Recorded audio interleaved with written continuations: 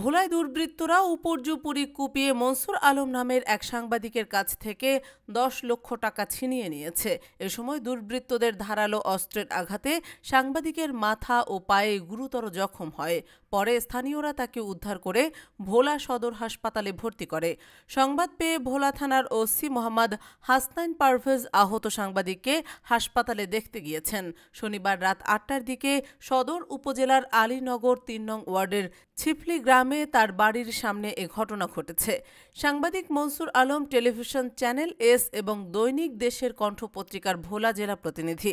এছাড়া তিনি ভোলা জেলা শহরে অবস্থিত ভোলা স্কয়ার মেডিকেল সার্ভিস সেন্টার নামের একটি ডায়াগনস্টিক কাম হাসপাতালের মালিক ও চেয়ারম্যান।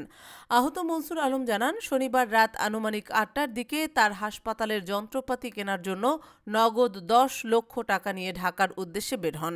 রাস্তায় কিছু দূর যাওয়ার পর দুর্বৃত্তরা এসে তাকে ঘিরে ধরে এবং হাতে থাকা ব্যাগ ছিনিয়ে নেওয়ার চেষ্টা করে। মেডিকেল সার্ভিস সেন্টারের চেয়ারম্যান, ওই মেডিকেলের কিছু মেশিন কিনে লাগবে, এজন্য ঢাকা যাবো।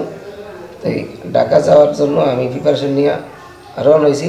বাসার সামনে যাওয়ার আগ দিয়েই ওরা আমার খুবই একাবে টাকা ডিলে হয়ে গেছে আমার একটা হত্যার উদ্দেশ্যে।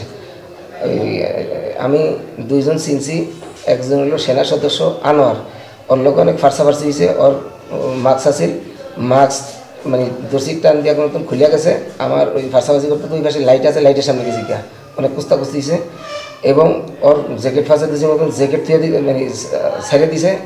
হের পরে ওর ফ্যান ফাঁসে দিচ্ছি, ফ্যান সিরিয়া। ওর মানি ব্যাগের মধ্যে ওর সেনাবাহিনীর আইডি কার্ড আছে, ওর নিজের আইডি কার্ড আছে, ওর ইউনিফর্ম পরা ছবি আছে।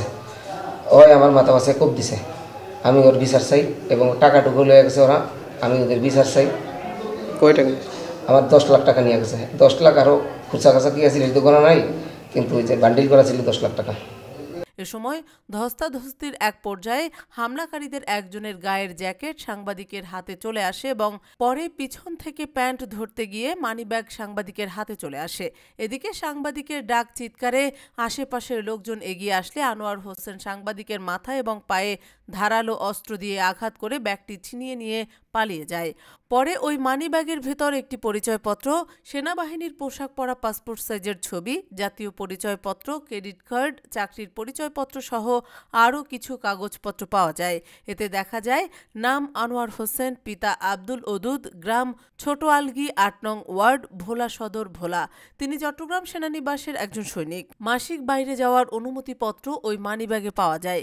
এই বিষয়ে ভোলা থানার ওসি সাংবাদিকদের জানান, অপরাধীদের বিরুদ্ধে আইনগত ব্যবস্থা গ্রহণ করা হবে। ধন্যবাদ। আমরা গতকালকে সাংবাদিক মঞ্জুর করে হামলার খবর পেয়েছি। খবর পেয়ে সাথে সাথে আমরা ঘটনাস্থলে লোক পাঠিয়েছি এবং জড়িতদের গ্রেপ্তারের প্রচেষ্টা অব্যাহত আছে। তো যারা এই সংক্রান্তে যাদের জড়িত তাদের বিরুদ্ধে কঠোর আইনানুগ ব্যবস্থা গ্রহণ করা হবে।